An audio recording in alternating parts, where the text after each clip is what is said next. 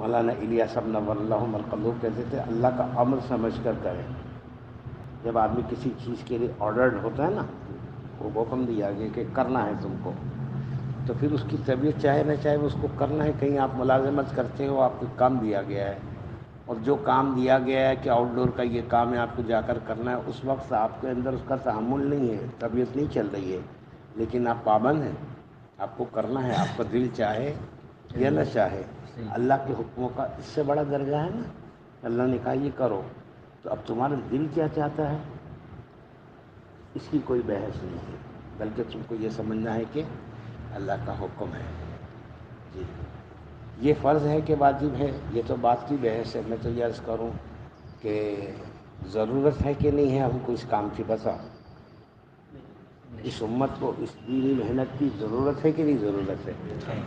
شرعی حیثیت کی جہاں تک بات کریں تو اداروں میں جو دینی تعلیم پڑھائی جاتی، جو عالم اور مفتی بنایا جاتا ہے، وہ بھی کوئی فرض عین چیز تھوڑی ہے، فرض کفایہ ہے، کچھ لوگ کر لیں.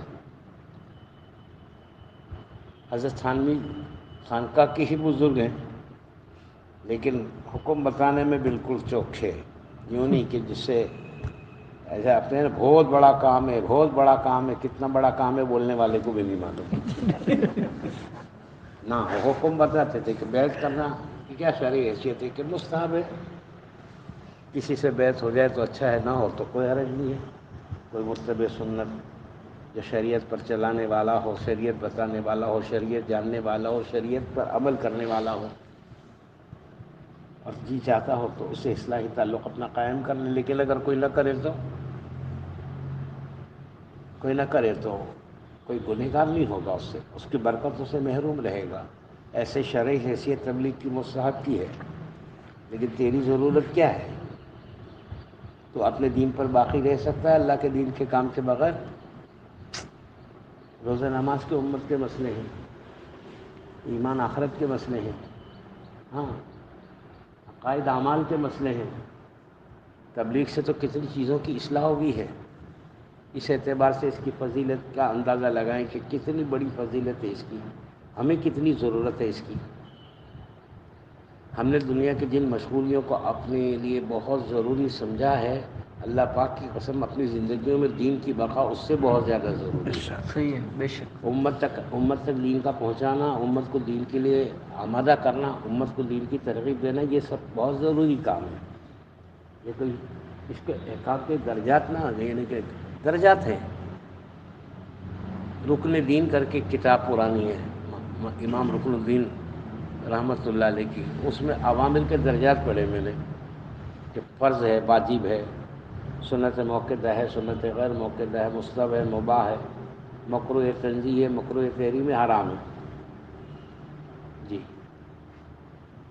بہت سے کام اپنی زندگی میں ہم ایسے کر جاتے ہیں جس کا کرنا کوئی فرض واجب نہیں ہوتا، لیکن بولتے بھائی اس کے بغیر کیسا چلے گا. اب دیکھو شادی بیاہ کی رسمیں جو ہوتی ہیں نا، تو فرض واجب تو چھوڑ دو، دور کی باتیں، قباحتیں ہوتی ہیں اس کے پورا کرنے میں.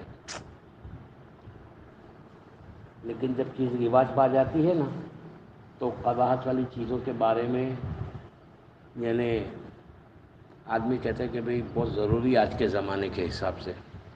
اس ضروری کو کس زمرے میں داخل کریں گے، عوامل کے کس درجے میں داخل کریں گے، کہ ضروری کے تو کئی معنی ہوتے ہیں نا. تو کون سا ضروری ہے، کتنا ضروری ہے کہ نہیں یہ ضروری ہے. نا تو کیا ہے کہ ذرا آج کے حالات میں سب یہ کرنا پڑتا ہے، اس کے بغیر کتنا ضروری ہے، کیا شرعی درجہ ہے اس حکم کا، وہ تو بتاؤ. تو وہ تو نہیں معلوم ہے. ضروری. آپ بات سمجھ رہے ہیں؟ آدمی کس کو اہمیت دیتا ہے اس کے دل کی بات ہے، کس کو گھٹاتا ہے بڑھاتا ہے. یہ خطرے کی بات ہے کہ آدمی سے دینی امر کی، دینی کام کی عظمت گھٹنے لگے. یہ خطرے کی بات ہے. اس عمل کا کیا حکم ہے، اس دعوت کے محنت کا شرعی حکم کیا ہے. مفتی صاحب بیٹھے، میں جرات کر رہا ہوں، لیکن وہ الگ بحث کی چیز ہے. لیکن دین کی ادنی سی بات کی بے عظمتی طبیعت میں آنے لگے تو کلمہ پڑھنے کا وقت ہوتا ہے. وہ بے شک. آپ معمولی سی بات ہے دین کی، لیکن بے وقتی آ رہی ہے. ایک مرتبہ کسی نے کہہ دیا کہ سنت ہی تو ہے بھائی. کسی عمل کے بارے میں کیا کہہ دیا، سنت ہی تو ہے. تو حضرت جی سن لیا، حضرت جی کہنے لگے بھائی اس میں سنت کی حقارت کی بو آتی ہے، سنت ہی تو ہے، ایسا نہ کہو جی۔ فقہا کہتے من حقر سنتا واحدتا فقد کفر، معمولی سی سنت ہے، اس کو ہلکا نہیں کیا وہ مسئلہ نہیں، دیکھو میں کرنے نہیں کرنے کی بات نہیں کرتا ہوں، ہلکا سمجھا تو ایمان کے لالے ہے، ایمان کا مسئلہ ہے۔ تو دین کی سب سے بڑی چیز جو ہے نا ہمارے دور میں جو زوال آیا ہے دینی امور کا ہماری زندگیوں میں، نہ اذانوں کی وہ اہمیت باقی رہی، نہ نمازوں کے وہ اہتمام باقی رہا، نہ دینی شعار جتنے تھے ان کی وہ بات باقی رہی، اس کی وجہ بے عظمتی کا پیدا ہونا ہے۔ اس لیے دینی کاموں کے قبولیت کی شرطوں میں سے پہلی شرط یہ کہ عظمت کے ساتھ کیا جائے۔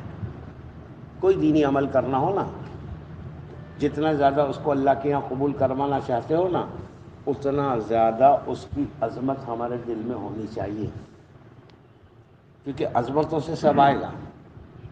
ہاں جی، جتنی تعظیم، جتنا دین، وہ کیا ہے قرآن پاک میں وَمَن يُعَظِّمْ شَعَائِرَ اللَّهِ ذَلِكَ مِن تَقْوَى الْقُلُوبِ، کیا ہے مفتی صاحب؟ وَمَن يُعَظِّمْ شَعَائِرَ اللَّهِ فَإِنَّهَا مِن تَقْوَى الْقُلُوبِ، کہ اللہ کے دین کی باتوں کی عظمت ہے تو یہ تقوی سے آتی ہے۔ تقوی کسی میں نہ ہو نا تو جو دوزخی نہیں ہے، عجیب بات۔ ہاں تقوی نہیں ہے لیکن حرام یعنی فتویٰ ہے تو وہ دوزخی نہیں ہے، کہ تقوی کی کمی ہے تو کوئی مسئلہ نہیں ہے، دوزخ میں تقوی کی کمی سے نہیں جائے گا آدمی، لیکن تقوی کی کمی اس کو ان کاموں میں مبتلا کرے گی جو دوزخ میں لے جائیں گے۔ جی، عظمت کی کمی، عظمتیں پیدا کرو۔ ہاں پہلے لوگ مسجد سے گزرتے تھے تو جماعتوں میں سکھایا دوبارہ کہ گزرو تو مسجد دیکھو تو درود شریف پڑھو۔ ہاں شعار دین کا احترام اور اس کی بے احترامی کفر ہے۔ تو جو چیز خاص بن جائے دین کی، وہ چیز کیا ہو بحث نہیں، بلکہ کبھی کبھی ایک ہی عمل شعار بن کے باقی ہو نا تو اس کو بھی بقا کے تدبیریں حکیم لوگ کرتے ہیں، حکیم امت جو ہوتے ہیں نا۔ حضرت مولانا اشرف علی تھانوی نوجوان علماء کے ساتھ ناگپور اور کانپور لکھنؤ کے دیہاتوں میں گئے۔ کانپور میں ایک بڑا ادارہ ہے، مجھے نام یاد نہیں آ رہا، بڑے بڑے اکابر علماء نے وہاں پڑھایا ہے، پرانا ادارہ ہے، حضرت مفتی صاحب محمود رضی صاحب، جامع العلوم، جامع العلوم۔ اچھا، اور حضرت تھانوی بھی اس میں پڑھا چکے ہیں۔ تو اطراف میں محنت، تبلیغ کی محنت کے لیے گئے تو دیہاتوں میں اس زمانے میں کوئی دین کی شکل باقی نہیں تھی، مگر تعزیہ داری کا بڑا اہتمام تھا۔ اور تعزیہ داری میں یعنی کیا دیوبندی کیا بریلوی سب متفق ہے کہ یہ دین نہیں ہے۔ فتووں میں دیکھو تو عمل کی بات الگ ہے، ہاں بریلوی علماء کی کتابیں دیکھو گے تو اس میں بھی ممانعت ہے اس کی، لیکن بڑے اہتمام سے۔ تو مسجد کے باہر علم خانے یا تعزیہ خانے ہوتے، تعزیوں میں امام باڑے بولتے ہیں نا، امام باڑے سوارے اٹھاتے، تو اس میں تعزیہ ہے۔ تو نوجوان مولویوں نے دیکھا تو حضرت تھانوی کا یہ قاطع بدعت برداشت نہیں تھی۔ اس زمانے میں جب یہ گوگل سرچ انجن نہیں تھا، پورے ہندوستان کے 3000 خرافات اور بدعات کو اصلاح الرسوم نامی کتاب میں جمع کر لیا۔ کہاں سے لائے اطلاع ڈھونڈ کے وہ سمجھ میں نہیں آتا ہے۔ اب تو آپ ٹائپ کر دو سرچ انجن کوئی بھی لے کر، اس میں اپنے کی ورڈ ٹائپ کرو تو آپ کو کتنے سب اس کے سارے پہلوؤں کا نا PhD کر لو، آپ کتنے پارٹ کھل جائیں گے۔ اس زمانے میں نہیں تھا۔ تو رسوم کی اصلاح، ہاں مصلح الامت، حکیم الامت، وہ ساتھ میں نوجوان علماء نے کہا بھائی یہ تو ختم کرو، یہ چھوڑو، یہ نہیں کرنا۔ اور وہ ایک چیز کرتے تھے کہ بھائی ہم مسلمان اس لیے تعزیہ نکالتے ہیں، یعنی مسلمانی کا ایک ہی عمل باقی تھا، کیا تھا؟ تعزیہ داری۔ حضرت تھانوی نے کہا کہ بھائی یہ مولوی کی بات مت سننا، اچھا کام ہے، چھوڑنا نہیں کبھی اس کو۔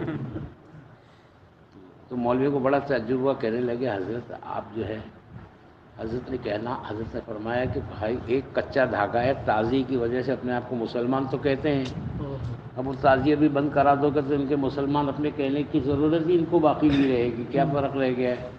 تو جب تک کوئی شعار دین زندہ نہ ہو جائے ان کے اندر، کسی کو شعار بنا کے چلنے تو اس بہانے ٹکے رہیں گے یہ دین پر کہ سارا مسلمان ہیں، تعزیہ نکالتے ہیں۔ کیوں نکالتے ہیں؟ کہ ہم تعزیہ نکالتے ہیں اس لیے مسلمان ہیں ہم، جو مسلمان نہیں ہوتے وہ نہیں نکالتے تعزیہ، یہ دور تھا۔ تو حضرت شاہ ولی اللہ صاحب کا مضمون ہے فضائل اعمال میں، فضائل نماز میں، کہ جب سارے شعار دین مٹ جائیں میں کوئی شعار دین باقی نہ رہے نا امت میں، تو پورے امت کا ہر طبقہ، پڑھا لکھا ہو، بے پڑھا لکھا ہو، شہری ہو، دیہاتی ہو، عالم ہو، غیر عالم ہو، مالدار ہو، غریب ہو، کوئی بھی ہو، سب مل کر ایک ہی بات کہنا شروع کو، ایک شعار دین پکڑ لیں اور اس کی تشہیر خوب کریں، اس کو خوب چلائیں، اتنا چلائیں۔ پھر فرمایا مثلا نماز، کیا فرمایا؟ مثلا نماز، کہ نماز کو اتنا سب لوگ مل کر کہیں کہ اب مسلمانوں کے معاشرے میں رہنے والے کو اپنے بے نمازی ہونے پر کیا آنے لگے؟ شرم آنے لگے کہ مسلمانوں میں رہ کر کے میں نماز نہ پڑھوں تو میری مسلمانی کیا ہے؟ شعار یہ بن کے اللہ نے تبلیغ کی برکت سے اس کا بیڑا پار کیا۔ جن کے کلیجے جلتے ہیں نا دین کے لیے، جن کو دین کا درد ہوتا ہے نا، وہ احکامات کی شرعی حیثیتوں کا معلوم کرنے کے چکر میں نہیں پڑتا ہے، جن کو دین کا درد ہوتا ہے کہ اللہ تیرا دین مٹ رہا ہے، ہاں، اینقص الدین وانا حی،